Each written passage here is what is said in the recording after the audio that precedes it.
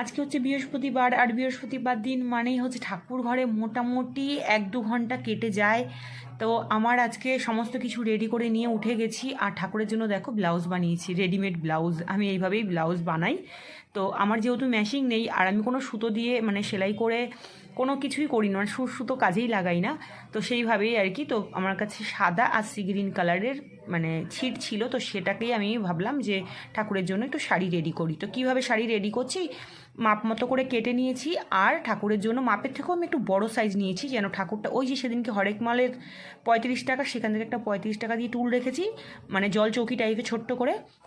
তো সেটার ওপরেই আমি যেহেতু ঠাকুরটাকে বসাবো, সেই জন্য ঠাকুরের মাপের থেকেও আমি মানে কি বলবো, শাড়িটা একটু বড় বানাবো, সেই জন্য আমি একটু বড় করে কেটে নিয়েছি। তারপরে দেখো আমার লক্ষ্মী ঠাকুরকে সুন্দর করে গয়নাগাটি পরিয়ে, শাড়ি পরিয়ে, ঘোমটা দিয়ে, গায়ে কাপড় দিয়ে একদম মা লক্ষ্মীকে